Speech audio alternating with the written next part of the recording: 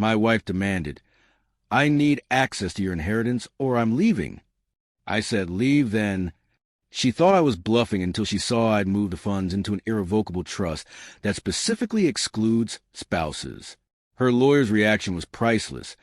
The kind of stunned silence that fills a room like cold air, the kind of moment where someone realizes they walked into a fight they were never prepared for.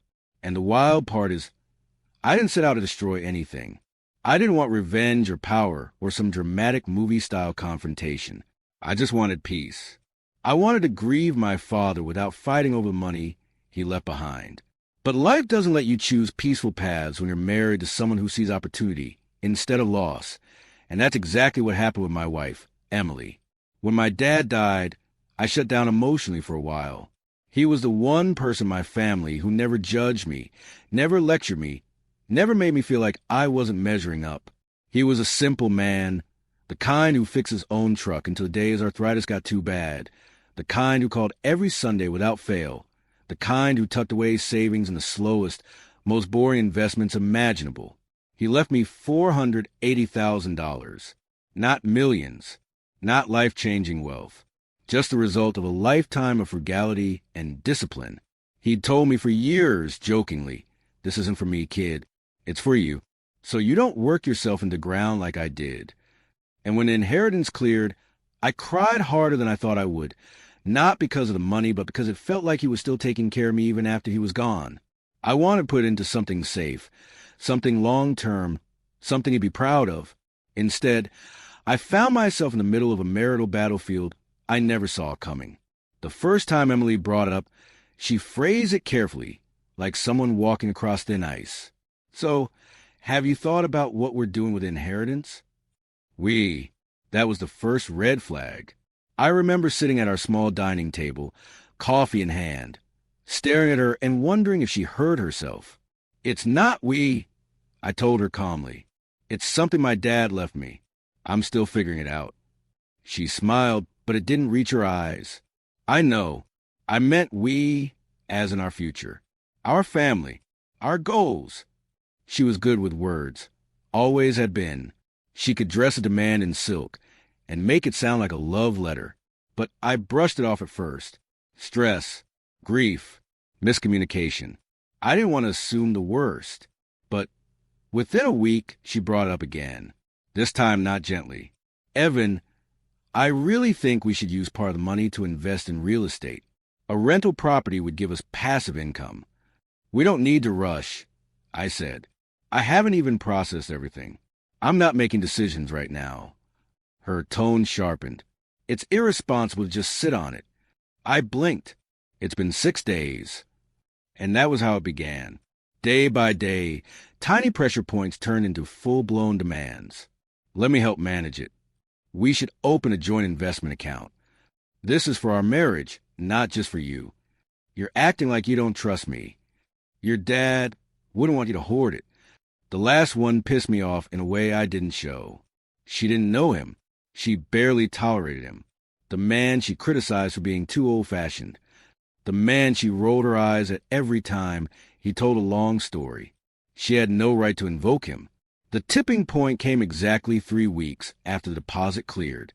I was in the living room folding laundry when she walked in holding her laptop like it was evidence.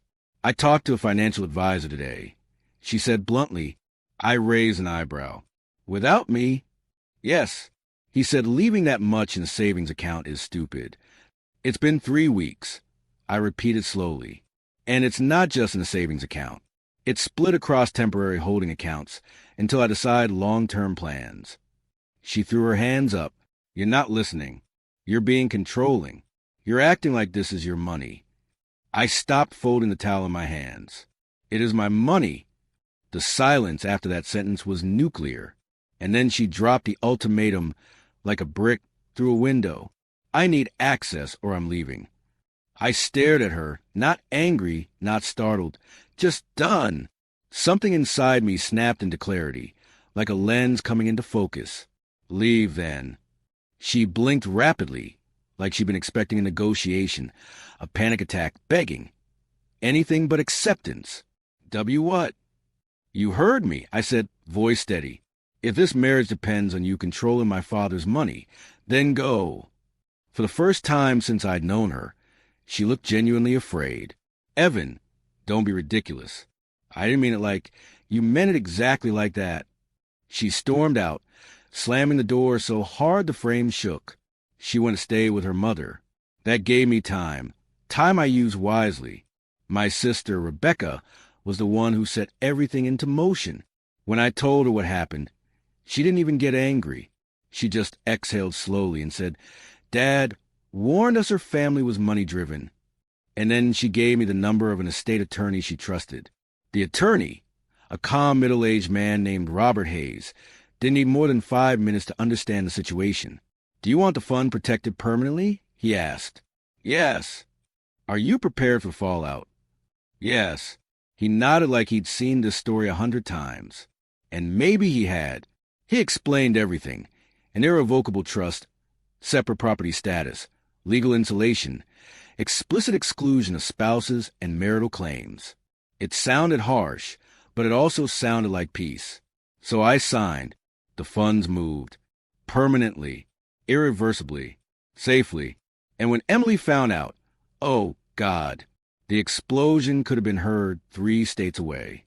She showed up at the house the next afternoon, hair messy, eyes wild, like someone who expected the world to bend her will and was shocked it didn't. You moved it? She shouted the second I opened the door. Into a trust? A trust that excludes spouses? Are you out of your mind? I stayed calm. You gave me an ultimatum. I responded. You weren't supposed to take it seriously, she screamed. You were supposed to show me you cared. By giving you control of money my father left me? She froze. Her silence said enough. She didn't care about what it represented. She cared about what she could do with it. She left again, this time threatening lawyers, divorce, taking half, the usual script. The problem was, she didn't understand the law, but her lawyer did. Oh! Her lawyer understood immediately. During the mediation meeting, he opened the folder, read the trust structure, and actually sat back in his chair like someone just cut the power to his brain. Mrs. Dalton, he said slowly, you have no claim to these funds. Emily whipped toward him. What do you mean, no claim? We're married. He rubbed his temple. Inheritance is separate property. An irrevocable trust is immune to division. Your husband has taken steps fully within his rights. She looked at me like I'd stabbed her. You blindsided me. You tried to strong-arm me. Because you wouldn't listen, she snapped. Because you kept shutting me out. Because you act like you don't trust me. And then her voice cracked. Do you?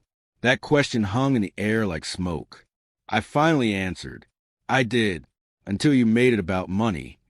She broke down crying right there in the office, mascara streaking, breathing uneven, trying to salvage the narrative. I just wanted us to build a future, she sobbed. I wanted security. Security isn't the same as control, I said. You wanted access. You wanted ownership. You wanted power. She didn't deny it.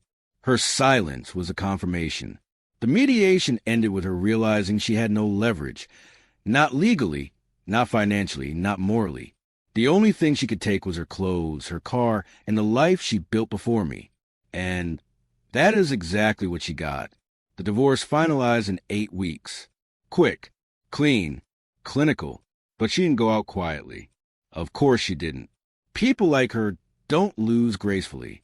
She tried lying to her friends about how I stole family money and hid assets.